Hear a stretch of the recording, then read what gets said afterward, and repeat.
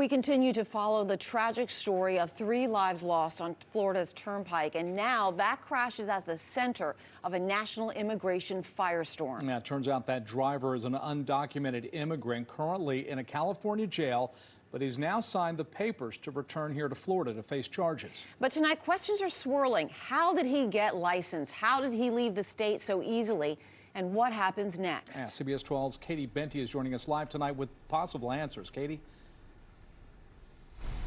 Jim, Liz, the more we learn, the more shocking it is that this man was ever behind the wheel. But tonight, Governor Ron DeSantis says Florida will not be waiting. Tomorrow, the Lieutenant Governor, Jay Collins, will be heading out to California to bring Harjinder Singh back here himself.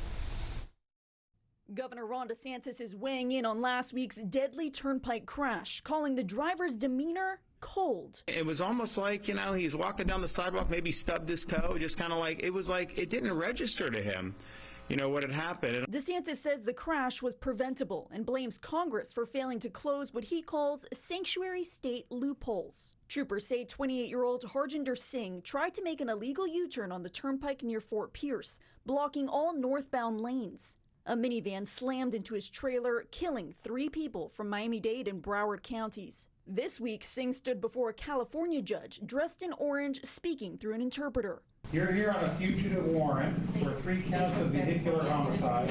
In court, he signed extradition papers, starting the 30-day clock for Florida to bring him back to face charges. But the day after the crash, before any warrant was filed, Singh and his passenger boarded a plane to Sacramento. He wasn't arrested until August 16th, when U.S. Marshals tracked him down in Stockton, California. Federal officials say Singh entered the U.S. illegally in 2018, claimed asylum, and later received a work permit.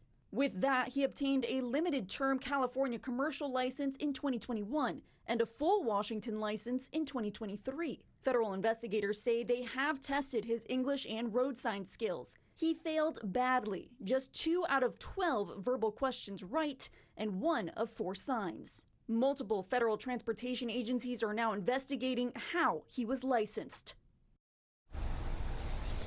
And if convicted here in Florida, Singh faces up to 45 years in prison. Reporting live from the Florida Turnpike, I'm Katie Benty, CBS 12 News.